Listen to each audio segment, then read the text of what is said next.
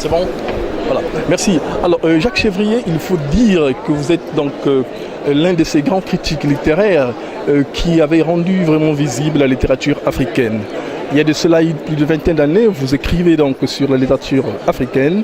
Aujourd'hui, 20 ans après, quel regard vous avez encore sur cette littérature?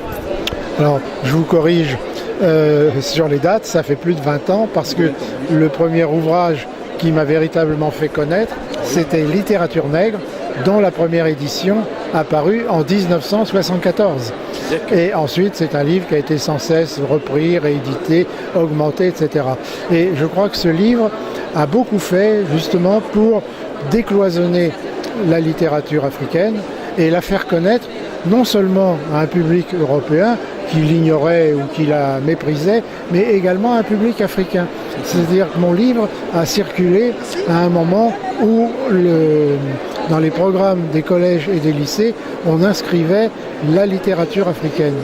À la suite de la conférence des ministres de l'Éducation nationale qui avait dû se tenir à Tananarive, et les professeurs, aussi bien les coopérants, les Européens que les professeurs africains, avaient pour mission d'enseigner cette littérature.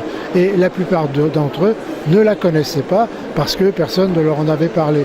Et donc mon petit livre, la première version de Littérature nègre, a été un petit peu, on veut dire, un catéchisme qui a beaucoup circulé, qui a eu beaucoup de succès et qui a permis justement, je dirais, aux Africains de se reconnaître eux-mêmes dans leur propre littérature.